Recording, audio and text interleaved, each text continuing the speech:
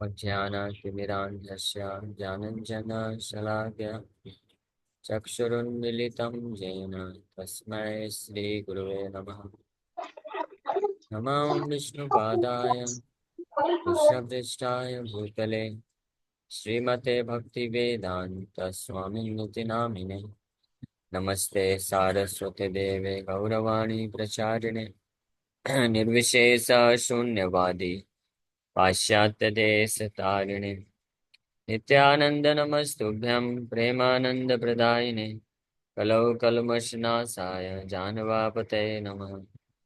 नमो महावदन्याय कृष्ण प्रेम प्रदायते कृष्णाय कृष्ण चैतन्य नामने गौरतिसे नमः। जय श्री कृष्ण चैतन्य प्रभु नित्यानंद श्री अद्वैत गदाधर शिवासादि गौर भक्त वृंद। हरे कृष्णा कृष्णा कृष्णा हरे हरे, हरे राम राम राम हरे हरे। हरे कृष्णा। आप सभी भक्तों का हार्दिक स्वागत है। हरे कृष्ण। तो हम लोग आज चर्चा कर रहे हैं श्री चैतन्य चरितमृत आदि लीला चैप्टर 10 और इसके प्यार संख्या 41। तो श्री चैतन्य महाप्रभु को भक्ति कल्प वृक्ष से कंपेयर किया गया और उनके महान पार्षदों को भगवान को वृक्ष कल्प भक्ति कल्प वृक्ष के शाखा से कंपेयर किया। तो ऐसे लगभग जो 19 ब्रांच तक हम लोग चर्चा कर चुके थे। 19th ब्रांच वासुदेव दत्त जो है 19th ब्रांच, और 18th ब्रांच में मुकुंद दत्त। मुकुंद दत्त और वासुदेव दत्त दोनों भाई हुए और ये दोनों ही प्रमुख शाखा हुए, दो अलग अलग शाखा। श्री मुकुंद दत्त शाखा प्रभुर समाध्यायी जहाँ कीर्तन नाचे चैतन्य गोसाई, और वासुदेव दत्त प्रभुर वृद्ध महाशय सहस्र मुखे चार गुण कहिले नहाय। So Vasudev Datta, the 19th branch of the Chaitanya tree, was a great personality and a most confidential devotee of the Lord. One could not describe his qualities even with thousands of words.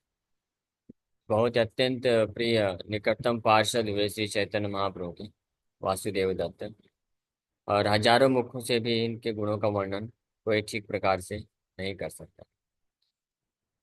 So, Vasudev Datta, the brother of Mukunda Datta, was also a resident of Chhattogram. In the Chaitanya Bhagavat, it is said, "Jhar sthane Krishna hai, apane vikraye." Vasudev Datta was such a powerful devotee that Krishna was purchased by him. इनको phone करिए, call कर। Vasudev Datta stayed at Srivas Pandit's house, and in the Chaitanya Bhagavat, it is described that Lord Chaitanya Mahaprabhu was so pleased with Vasudev Datta and so affectionate toward him that he used to say, "I am only Vasudeva Datta's man. My body is only meant to please Vasudeva Datta, and he can sell me anywhere." Thrice he vowed that this was a fact and that no one should disbelieve these statements. All my dear devotees, he said, Chaitanya Mahaprabhu बोल रहे हैं, I tell you the truth. मैं आपको सत्य बताता हूँ। My body is specially meant for Vasudev Datta. मेरा जो शरीर है स्पेशली वासुदेव दत्त के लिए बना है। Vasudev Datta initiated Sri Yadunandana Acharya, the spiritual master of Raghunath Das, who later became Raghunath Das Goswami. Vasudev Datta Shri Yadunandan आचार्य को दीक्षा देते हैं। यह यदुनंदन आचार्य बाद में रघुनाथ दास गोस्वामी के आध्यात्मिक गुरु बनते हैं। हाँ, और who later became रघुनाथ दास गोस्वामी। रघुनाथ दास के आध्यात्मिक गुरु श्री यदुनंदन आचार्य, जो कि शिष्य हुए वासुदेव दत्त के। This will be found in the Chaitanya Charitamrita Anta Leela 6th chapter verse 161 में इसका वर्णन आएगा। अंत लीला में Vasudev Dutt spent money very liberally. Therefore Lord Chaitanya Mahaprabhu asked Sivanand Sen to become his Sarkhela or secretary in order to control his extravagant expenses. Vasudev Dutt was so kind to the living entities that he wanted to take all their sinful reactions so that they might be delivered by Sri Chaitanya Mahaprabhu. This is described in the 15th chapter of the Chaitanya Charitamrita, Madhya Leela verses 159 through 180. तो ये मध्य लीला में चैतन्य चरितमृत में वर्णन आएगा 15वें अध्याय में कि भगवान श्री चैतन्य महाप्रभु वासुदेव दत्त के उदार भाव को देखते हुए शिवानंद सेन को बोलते हैं कि आप इनका जो है फाइनेंस मैनेजर बन जाइए। वासुदेव दत्त गृहस्थ थे लेकिन सन्यासी की तरह उदार थे। जैसे सन्यासी कुछ नहीं रखता अपने पास, आजकल के सन्यासी तो रख सकते हैं। ये Vasudev Dutt was so kind to the living entities. उनके पास कोई भी आता था तो उनके पास जो होता था वो दे देते थे उसको। तो उनका भी परिवार है, फैमिली है, तो उसका पालन पोषण कैसे होगा। तो चैतन्य महाप्रभु बड़े चिंतित होते थे। तो महाप्रभु फिर शिवानंद सेन को बोले कि आप वासुदेव दत्त का जो खर्चा पानी कैसे करना है, कितना करना है, वो कंट्रोल करो आप। ठीक है, और दानी बन करके दान करने जाएंगे तो मत करने देना, तो आप कंट्रोल करो। शिला भक्ति सिद्धांत Saraswati Thakur rights in his अनुभाषण, there is a railway station named Purva Sthali near the Navdeep railway station, and about 1 mile away in a village known as Mamgachi, which is the birthplace of Vrindavan Das Thakur. There is presently a temple of Madan Gopal that was established by Vasudeva. So, Navdeep में मामगाछी नाम का गांव है जहाँ शिला वृंदावन दास ठाकुर जन्म लेते हैं। मामगाछी, I think मामगाछी ये विद्यानगर में, नवदीप में विद्यानगर मामगाछी गांव है। ये नवदीप रेलवे स्टेशन है एक। वैसे तो नवदीप तो पूरे 9 आइलैंड्स को नवदीप बोला जाता है, लेकिन रेलवे स्टेशन वहाँ पे एक जगह बना है तो एक स्टेशन का नाम ही नवदीप रख दिया गया है। तो उस स्टेशन के अ, पास में एक पूर्व स्थली स्टेशन है, जिससे 1 मील दूरी पे ये मामगाछी गांव है जो वृंदावन दास ठाकुर का जन्म स्थान है। और वहीं पे एक मंदिर स्थापना किए मदन गोपाल जी का, Vasudev Dutt. The Gaudiya Math devotees have now taken charge of this temple, and the Seva Puja is going on very nicely. Every year, all the pilgrims on the Navadip Parikrama visit Mamgachi. Since Sri Bhakti Siddhanta Saraswati Thakur inaugurated the Navadip Parikrama function, the temple has been very well managed. ये मंदिर बहुत अच्छे से वहाँ पे विशाल, हम लोग गए थे। जन्म स्थान भी है वृंदावन दास ठाकुर का, वहाँ पे बहुत सुंदर तरीके से उसको मैनेज किया जा रहा है। और पास में ही मदन गोपाल जी का भी मंदिर है रामगाची में। तो मदन गोपाल के जो विग्रह हैं, मंदिर है, वो वासुदेव दत्त के द्वारा स्टैब्लिश किया गया था। जगते जते कजीव तार पाप लया, नरक भुंजित चाहे जीव चढ़ाया। Srila Vasudev Datta Thakur wanted to suffer for the sinful activities of all the people of the world, so that Lord Chaitanya Mahaprabhu might deliver them. जगते जतेक जीव तार पाप लय।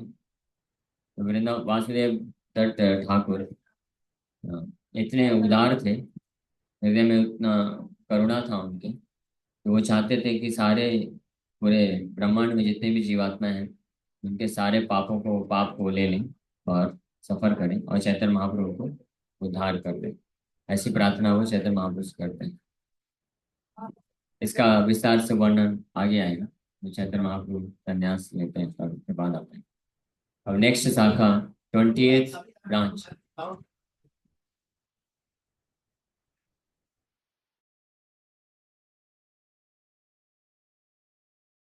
ट्वेंटी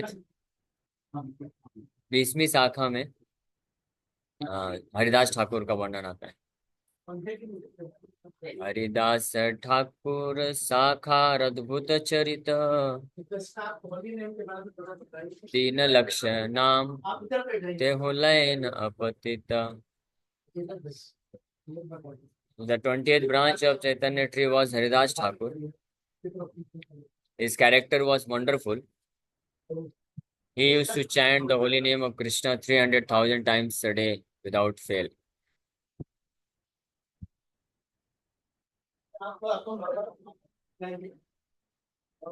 So 20वीं शाखा चैतन्य महाप्रभु की कौन हुए? श्रील हरिदास ठाकुर. और हरिदास ठाकुर के बारे में जानते हैं. अद्भुत चरित्र, अद्भुत उनका एक चरित्र है. क्या? 3 लाख नाम वो डेली जप करते थे. 300,000 होली नेम. 3 लाख नाम जप करने में लगभग 174 राउंड में 3 लाख नाम हो जाते हैं. बट वो 192 माला जप करते थे, ऐसा बोलते हैं. तो डेली 192 माला जप करते थे. उसके बाद ही कुछ खाते थे और पीते थे. हाँ हाँ, बात नहीं. 19 में 19वीं ब्रांच में वासुदेव दत्त ठाकुर है. हाँ, तो वासुदेव दत्त ठाकुर है 19वीं ब्रांच. और 20वीं शाखा में हरिदास ठाकुर है, जो कि डेली 3 लाख नाम जप करते हैं विदाउट फेल. 3 लक्ष नाम तेहु लयन अपतित. अपतित का मतलब होता है बिना फेल. यानी हेल्थ खराब हो जाता है तो तब भी लेते थे इस तरीके से.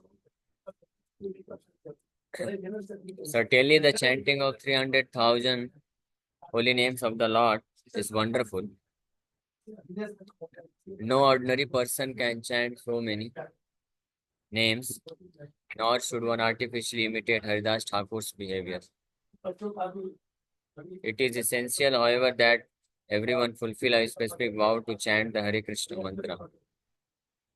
Therefore, we have prescribed in our society that all our students must chant at least 16 rounds daily. Such chanting must be offenseless in order to be of high quality. Mechanical chanting is not as powerful as chanting of the holy name without offenses. It is stated in the Chaitanya Bhagavat Adi Khand chapter 2 that Haridas Thakur was born in a village known as Budhan, but after some time came to live on the bank of the Ganga at Fulia near Santipur. So Haridas Thakur का जन्म बूढ़ा नामक गांव में हुआ, गंगा नदी के तट पे, जो कि फुलिया फुलिया नाम का एक स्थान है. वहाँ के बूढ़ा नामक ग्राम में गंगा नदी के तट में उनका जन्म हुआ था. और ये शांतिपुर के पास में है. शांतिपुर जानते हैं? शांतिपुर अद्वैताचार्य का भी गांव शांतिपुर में हुआ करता था. अद्वैताचार्य बाद में शांतिपुर शिफ्ट हो गए थे.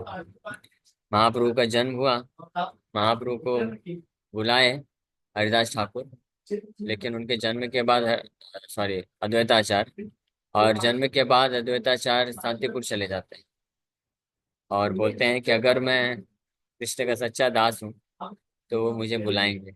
लेकिन हमको ऐसा नहीं करना.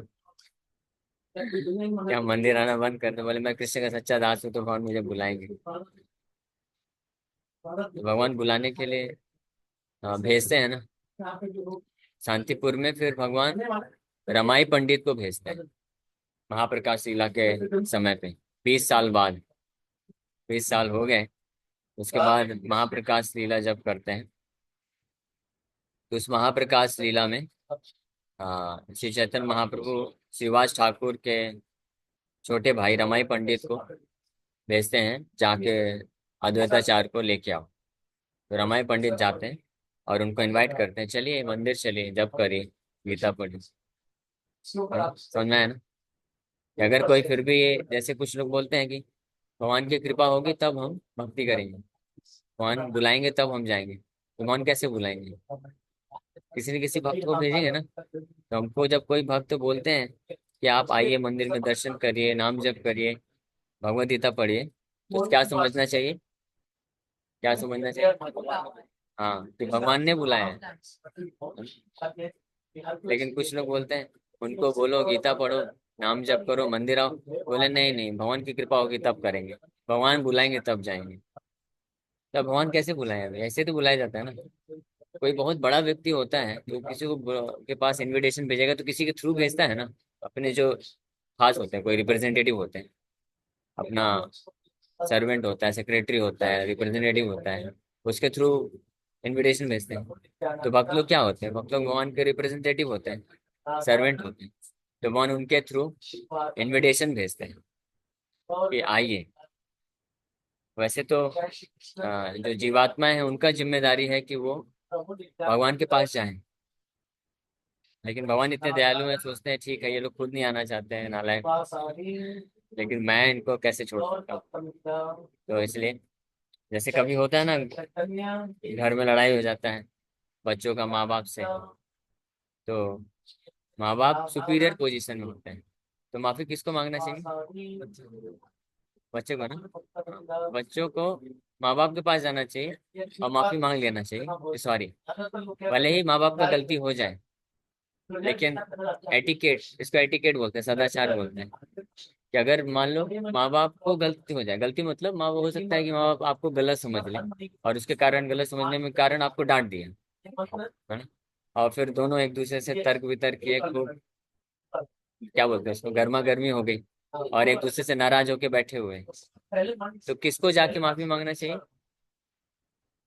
बच्चों को ना। लॉजिकल है ना, समझ में आ रहा है ना क्यों? क्योंकि बच्चे इंफीरियर है, डिपेंडेंट है। आ, और माँ बाप जो होते हैं सुपीरियर है, वो हमारा पालन पोषण करते हैं। एटिकेट ये है कि बच्चों को जाना चाहिए, ठीक है जो भी है भूल जाओ, अभी मैंने थोड़ा सा ज्यादा बोल दिया, मैं माफी मांगता हूँ। बच्चों को बोलना चाहिए। लेकिन बच्चे नहीं बोलते हैं, फिर माँ बाप भी बोलते हैं ठीक है आ जाओ अभी खाना खा लो। लेकिन बच्चे इतने बदमाश हो गए आजकल के, फिर भी नहीं सुनते। तो वैसे ही हम वही नालायक बच्चे हैं। हमारा जिम्मेदारी है कि हमको भगवान के पास जाके माफी मांगना चाहिए कि भगवान हम आपको भूल करके इस भौतिक संसार में आ गए हैं और अलग अलग अलग अपना अरेंजमेंट कर रहे हैं और इसके कारण हम दुखी हैं। आप हमको माफ कर दो और स्वीकार कर लो। ऐसा हमको बोलना चाहिए भगवान के पास जाकर। लेकिन भगवान देखते हैं कि ये लोग मेरे पास नहीं आते हैं, इतने नालायक हो गए, तो भगवान फिर बोलते हैं ठीक है मैं इनविटेशन एक्सटेंड करता हूँ, और फिर अपने भक्तों को भेज देते हैं, जाओ उनको बुला के लाओ। तो शांतिपुर में ऐसे ही अद्वैताचार्य रहा करते थे, तो चैतन्य महाप्रभु भेजे, फिर अद्वैताचार्य आ गए। उसी शांतिपुर के पास में ये फुलिया नामक स्थान था, जहाँ जहाँ के बूढ़न गांव में हरिदास ठाकुर रहते थे। वो हरिदास ठाकुर इनसे मिले भी, अद्वैताचार्य से, और उनके संग में रह करके वो कीर्तन करते थे, नाम जप करते थे। और जिस दिन महाप्रभु प्रकट हुए थे शाम को, तो हरिदास ठाकुर और अद्वैताचार्य बहुत जोर जोर से डांस करके कीर्तन कर रहे थे, और उनको आभास हो गया था महाप्रभु प्रकट हो चुके हैं। तो वो हरिदास ठाकुर जो है भगवान की 20वीं ब्रांच है, 20th branch. So from the description of his chastisement by a Muslim magistrate, which is found in the 16th chapter of the Adi Khand of Chaitanya Bhagavat, we can understand how humble and meek Haridas Thakur was, and how he achieved the causeless mercy of the Lord. In the dramas performed by Lord Chaitanya Mahaprabhu, Haridas Thakur played the part of a police chief. So हम लोग ये भी जानते हैं चैतन्य भागवत में जो वर्णन है 16वां अध्याय आदि खंड में, कि कैसे हरिदास ठाकुर को 22 बाजारों में वो मुस्लिम लोगों ने मारने का प्रयास किया था, लेकिन हरिदास ठाकुर भगवान पे निर्भर होकर के कंटिन्यूअस नाम जप करते रहे, और उन लोगों का जो प्रयास था वो विफल हो गया। तो मारना तो दूर की बात है, हरिदास ठाकुर को कुछ दर्द भी महसूस नहीं हुआ, और फाइनली वो लोग सरेंडर कर दिया हरिदास ठाकुर। तो चैतन्य महाप्रभु जब ड्रामा करते थे भगवान कृष्ण के लीलाओं से संबंधित, तो उसमें हरिदास ठाकुर एक बार पुलिस चीफ का रोल किए थे, part of a police chief. So while chanting the Hare Krishna Mahamantra in Benapole, he was personally tested by Maya Devi herself. Haridas Thakur's passing away is described in the Ante Leela of Chaitanya Charitamrita, 11th chapter. It is not definitely certain whether Sri Haridas Thakur appeared in the village named Budhan, that is in the district of Khulna. Formerly, this village was within a district of 24 Parganas within the Satakshira division. So Haridas Thakur किस प्रकार से अप्रकट हुए, उनका अप्रकट होना भी बहुत अद्भुत है। इसके बारे में भी चैतन्य चरितमृत अंत्य लीला में 11वें अध्याय में वर्णन प्राप्त होता है।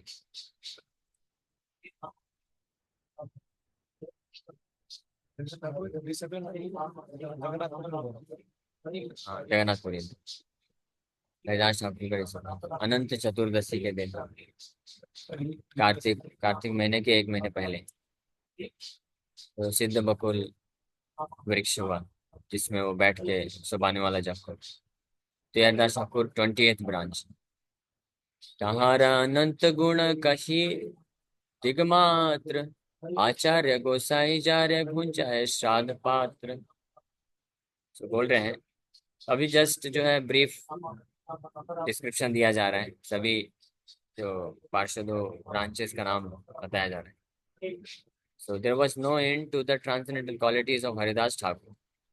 Here I mention but a fraction of his qualities. He was so exalted that Advaita Goswami, when performing the Shraddh ceremony of his father, offered him the first plate. So बस इतना वर्णन कर रहे हैं अभी फिलहाल के लिए, क्योंकि अंत्य लीला में विस्तार से वर्णन किया जाएगा हरिदास ठाकुर के बारे में। तो अभी जस्ट इतना बता रहे हैं कि उनकी महिमा इतनी असीमित है, ही वॉज सो ग्लोरियस, कि अद्वैत आचार्य जो कि महान ब्राह्मण थे, अपने पिताजी के श्राद्ध में जो पहला प्रसाद का प्लेट है वो किसको अर्पण किए? हरिदास ठाकुर का। जब श्राद्ध वगैरह होता है तो सबसे पहले किसको खिलाते हैं? ब्राह्मणों को खिलाते हैं। और हरिदास ठाकुर कौन थे? वो मुस्लिम परिवार में जन्म लिए थे, यवन। हरिदास ठाकुर आपको नहीं मालूम था बेटा? क्या बात है? नहीं, वो तो बाद में नाम चेंज हुआ। When he became devotee of Krishna, then his name got changed. पहले का नाम वर्णन नहीं, कहीं पता नहीं चलता, क्योंकि जब वो जन्म लिए मुस्लिम परिवार में, लेकिन कुछ समय तक वहां रहे, उनको जन्म से ही कृष्ण के प्रति आकर्षण आ गया। कृष्ण का नाम जब करते थे लेकिन सपोर्ट नहीं मिलता था, तो उन्होंने छोड़ दिया, वो छोड़ के निकल गए। फिर वैष्णव से मिले, किसी वैष्णव से, तो दीक्षा हुई, तो नाम फिर हरिदास ठाकुर हो गया। लेकिन वो जो थे मुस्लिम परिवार, तो बट मुस्लिम परिवार में जन्म लेने के बाद भी, क्योंकि डेली 192 माला जप, कितना 192 राउंड, 16 माला जप करने में कुछ भक्तों का हालत खराब हो जाती है, लेकिन वो 192 माला डेली आप दिन में 5 माला से अगर 5 माला से नहीं नहीं, ऐसा मिसकंसेप्शन हमारे तो नहीं, भगवान का नाम तो दिन में पूरा दिन ले सकते हैं, रात भी ले सकते हैं, कोई रेस्ट्रिक्शन नहीं। और जितना ज्यादा जब करते हैं उतना ज्यादा लगता है। कितने हमारे इस्कॉन में सारे भक्त, दीक्षित भक्त कम से कम तो सब 16 माला डेली करते हैं, और कई भक्त लोग ज्यादा भी करते हैं, 32 माला, 64 माला, 80 माला, 108 माला, 128 माला भी। और हरिदास ठाकुर तो यहाँ पे प्रूफ है, 192 राउंड्स डेली चैंटिंग करते हैं, और साथ ही साथ में प्रचार भी करते थे। और तो हरिदास ठाकुर तो मुस्लिम परिवार से होने के बावजूद भी कृष्ण के विशुद्ध भक्त थे, शुद्ध भक्त थे, तो इसीलिए उनका पोजीशन जो है ब्राह्मणों से भी ऊपर था। He was even greater than ब्राह्मण, शुद्ध वैष्णव। इसीलिए अद्वैत आचार्य जो कि अपने समय के सबसे most prominent, one of the most prominent ब्राह्मण, अद्वैताचार्य भी शुद्ध वैष्णव हुए, लेकिन ब्राह्मण परिवार से थे वो, ब्राह्मण में उनका जन्म हुआ था, और बहुत ही हाई क्वालिटी ब्राह्मण परिवार से। तो उन्होंने जब अपने पिताजी का श्राद्ध किया तो सारे ब्राह्मण वो लोग बैठे थे, लेकिन उनको छोड़ करके सबसे पहले हरिदास ठाकुर को ऑफर करते हैं। तो that was the exalted position of Haridas Thakur की दिव्य स्थिति। प्रहलाद समान तार गुणेर तरंग, यवन टाडने ओ यार नाही कभु भंग। The waves of his good qualities were like those of Prahlad Maharaj. He did not even slightly raise an eyebrow when persecuted by the Muslim route. तो सहनशीलता में वो प्रहलाद महाराज के समान, जस्ट लाइक प्रहलाद महाराज को हिरण्यकशिपु कितने प्रकार के टॉर्चर करने का प्रयास किए, लेकिन प्रहलाद महाराज को जो है, हाँ, रिवेंज लेना तो दूर की बात है, वो थोड़ा गुस्सा भी नहीं हुआ।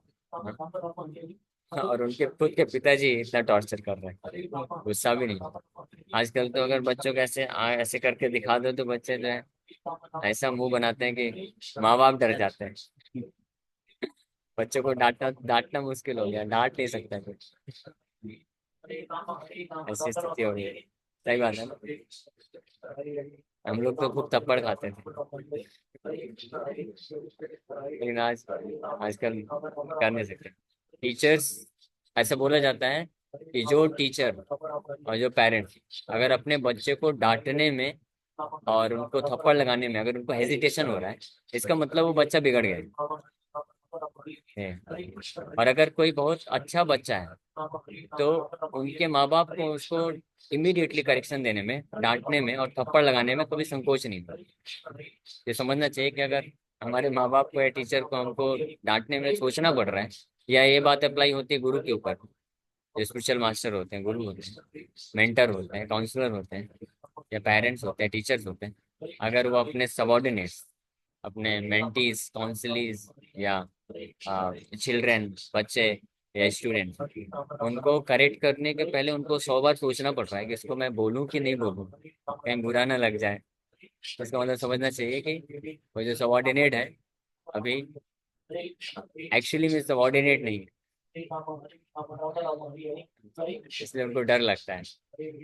अदरवाइज जैसे ही कुछ गलत गलत किया नहीं है, लेकिन गलत हो जाने की संभावना भी होगी फ्यूचर में, तो तुरंत इमीडिएटली करेक्शन ले लें, ऐसा होना चाहिए। इतना मतलब कंफर्ट, इतना हमको अपने सुपीरियर्स को कंफर्टेबल बनाना चाहिए, so that they may not feel any kind of hesitation to correct ourself. Hesitation नहीं होना चाहिए, नहीं, ये प्रिंसिपल है वैदिक टाइम पे। डॉक्टर्स, टीचर्स और पेरेंट्स, इनको कभी भी इनके ऊपर प्रेशर नहीं डालना चाहिए, दबाव नहीं डालना चाहिए। यानी जिसको दबाव मतलब ब्लैकमेलिंग बोलते हैं ना, ब्लैकमेलिंग नहीं करना चाहिए, क्योंकि वो ब्लैकमेलिंग से क्या होता है ना, वो अनकंफर्टेबल हो जाते हैं, फिर वो आपको बेस्ट नहीं दे पाएंगे अपना। टीचर को आपने अगर ब्लैकमेल कर दिया, अनकंफर्टेबल हो गया, तो टीचर फिर उस हिसाब से नहीं दे पाएगा। ब्लैकमेल मतलब इमोशनल ब्लैकमेल हो सकता है, फाइनेंशियल ब्लैकमेल हो सकता है, या पोजीशन का ब्लैकमेल हो सकता है, पावर का ब्लैकमेल, कुछ भी, पैसे का भी हो सकता है। टीचर्स लोग, इसीलिए डॉक्टर से टीचर्स और पेरेंट्स, गार्जियंस, ये जो सेवा देते हैं ना, ये कम्प्लीटली सेल्फलेस होना चाहिए, डिपेंडेंट नहीं होना चाहिए। हाँ, यानी टीचर्स स्टूडेंट्स को पढ़ा रहे हैं विदाउट एनी एक्सपेक्टेशन, उसको कुछ चाहिए नहीं। जैसे ब्राह्मण लोग पढ़ाते थे स्टूडेंट्स को, तो वो कुछ एक्सपेक्ट नहीं करते थे कि मुझे कुछ मिलेगा, इसलिए वो ट्रुथ को बोल पाते थे, क्योंकि ठीक है, छोड़ के जाएगा तो जाएगा, क्या करना। लेकिन अभी ऐसा सिस्टम बन गया है कि कॉलेज में फीस जमा करो, बच्चे चले जाएंगे तो फीस नहीं मिलेगी, तो इसलिए फिर केवल वही चीज़ है वो लोग देंगे जिससे उस बच्चे को मटेरियल बेनिफिट मिल सके। यानी अगर बच्चा कुछ गलत कर रहा है तो टीचर लोग ऑब्जेक्ट नहीं करते हैं, केवल पढ़ाने वाली चीजें वो दे देते हैं ताकि उसको अच्छा एजुकेशन मिल जाए, को पैसे कमाते हैं। लेकिन अगर गलत रास्ते में जा रहे हैं तो ऑब्जेक्ट नहीं कर सकते, ऑब्जेक्ट करेंगे तो फिर वो दिक्कत हो जाएगी, वो कंप्लेन कर देगा जाके, कुछ फिर अपनी नौकरी पे आ जाएगा। इसलिए ये कलयुग में ये सब बहुत बेकार हो गया है। ऐसे पेरेंट्स को स्पेशली इमोशनली ब्लैकमेल हो जाते हैं, क्योंकि बच्चे बोलते हैं हम छोड़ के चले जाएंगे, भाग जाएंगे, और ऐसे केसेस होते रहते हैं, तो पेरेंट्स बेचारे डर जाते हैं, अभी क्या करेंगे। चलो, गलत कर रहा है, गलत जा रहा है, लेकिन ठीक है, इसको संभाल के रखो, कम से कम घर पे तो टिका रहे, ऐसी स्थिति होगी। तो one should not do like this. ये बहुत ही समय हो गया, बहुत ही फ्रस्ट्रेटिंग होता है। ओके, तो यहाँ पे चैप्टर 10, प्रहलाद महाराज के जैसा उनका ये स्वभाव था। हालांकि मुस्लिम रूलर उनको इतना प्रोसिक्यूट करने का कोशिश कर रहे थे, फिर भी उनको गुस्सा क्रोध भी नहीं आया और आंखें भी ऐसे करके नहीं देखी। Still he was very compassionate. और जो लोग उनको मार रहे थे, कोड़े बसा रहे थे, उनके प्रति भी वो प्रार्थना कर रहे थे उनके लिए भी भगवान को कि इनको माफ कर दिया जाए। ये स्थिति थी। ओके, ठीक है, यहीं पे हम लोग विराम करेंगे। Thank you very much. Hare Krishna. किसी वक्त का कोई प्रश्न है क्या, पूछ सकते हैं। अभी नेक्स्ट हमारे पास आधा घंटा है, क्वेश्चन आंसर ही लेंगे, अगर प्रश्न है तो प्रश्न पूछ सकते हैं। हरे कृष्ण।